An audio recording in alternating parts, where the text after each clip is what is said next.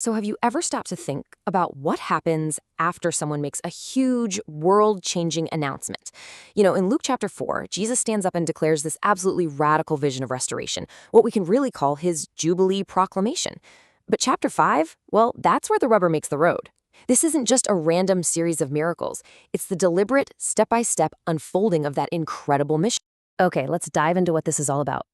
Back in Luke 4, Jesus basically lays out a 5-point mission statement, and it's all built on this ancient idea of Jubilee, a time for a total reset, for restoration, for release.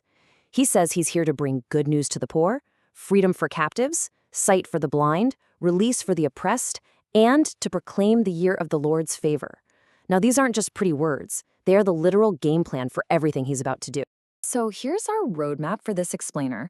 We'll kick things off with that mission being proclaimed. Then we're going to watch it come to life in 4 key encounters: calling the fisherman, touching a leper, healing a paralyzed man, and sharing a meal with total outcasts. And finally, we'll get into why this new mission demanded a totally new mindset, what Jesus calls new wine. So how does a grand mission like this actually get started? Well, it's not with some big royal announcement. Nope. It begins on the shores of a lake, with a bunch of fishermen who were pretty much at their breaking point. Right, so our story starts at the Sea of Galilee, and we find these fishermen who are, frankly, at the end of their rope. They are facing complete economic despair after a long, hard night of catching absolutely nothing. And we really have to get this wasn't just a bad day at work. For them, catching nothing meant 0 income. No food on the table, no way to take care of their families. They were, in the most real and practical sense, the poor that Jesus just said he came to bring good news to. This was a full-blown crisis. And this is where it gets so human. Jesus tells them, hey, try again. And Peter's response, as one of our study participants, Karen, pointed out, is just so raw and honest. You can almost hear the exhaustion in his voice. He's skeptical for sure, but there's this tiny little seed of trust. He makes himself vulnerable, and that vulnerability, well, that's what cracks the door open for the miracle.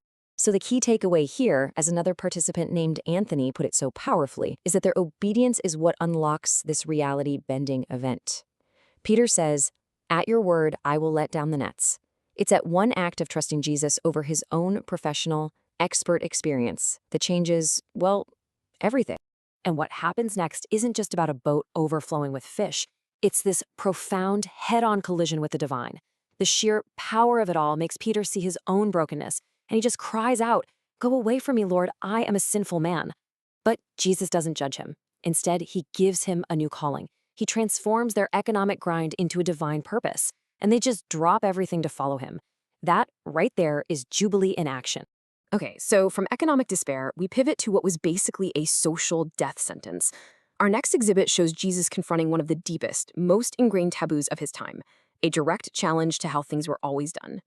It's almost impossible for us today to really wrap our heads around the kind of isolation this person lived with.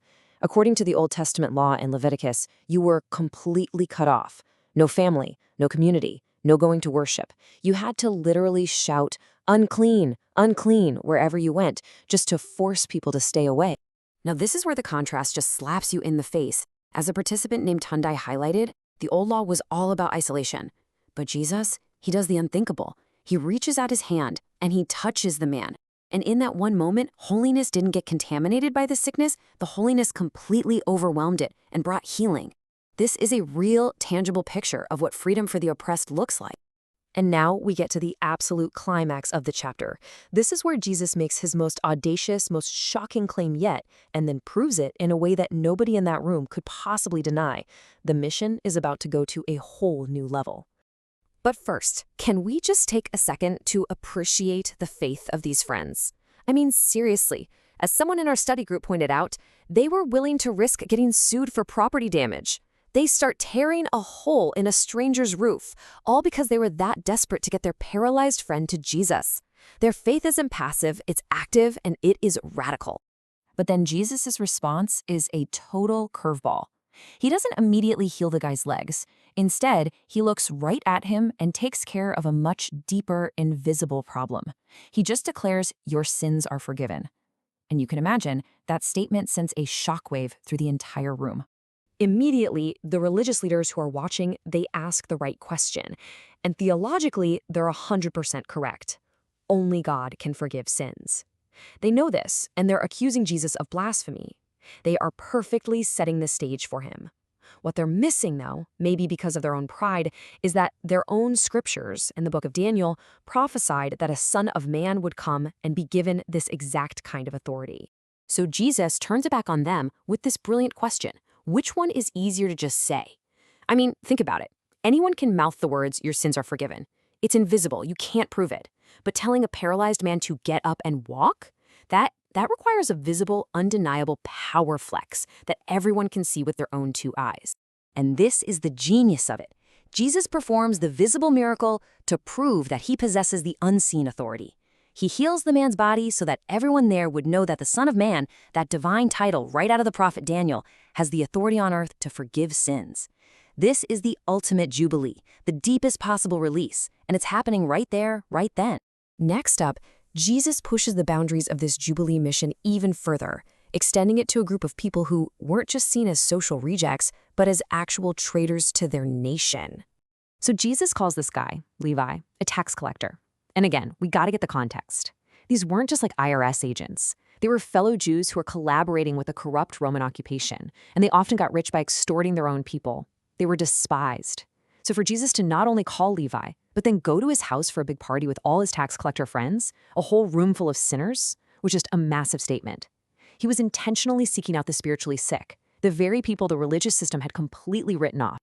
And with this line, Jesus totally redefines his mission. He says, "I'm a doctor." And what do doctors do? They don't hang out with the healthy people. They go to where the sickness is so they can bring healing. This completely reframes the whole idea of holiness. It's not about separating yourself from sinners. It's about engaging with them to bring restoration.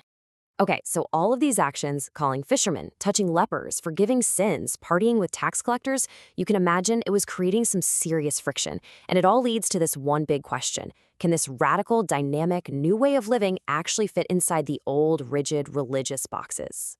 Jesus answers this with a simple but really powerful analogy. He says you can't pour new wine, which is alive and expanding, into old, brittle wineskins. Why? Because the pressure will make them burst. In the exact same way, his dynamic, life-giving Jubilee movement just couldn't be contained by stiff, inflexible traditions. It demanded something new, a flexible posture of the heart. And you know, as one participant named Joy very wisely observed, this ancient problem is still so incredibly relevant for us today. That tension between tradition and transformation, between this is how we've always done it and the new thing that God is trying to do, that's a constant struggle, isn't it? It's a reminder for every single generation to keep our hearts flexible. So at the end of the day, the story of Luke 5 isn't just some historical document about what Jesus did 2,000 years ago. It's really a living invitation. It challenges every single one of us to look at the pillars of his mission and ask ourselves a really tough question. What old wineskins, what old habits or attitudes or traditions might be holding me back from jumping into the new thing God wants to do in and through my life right now?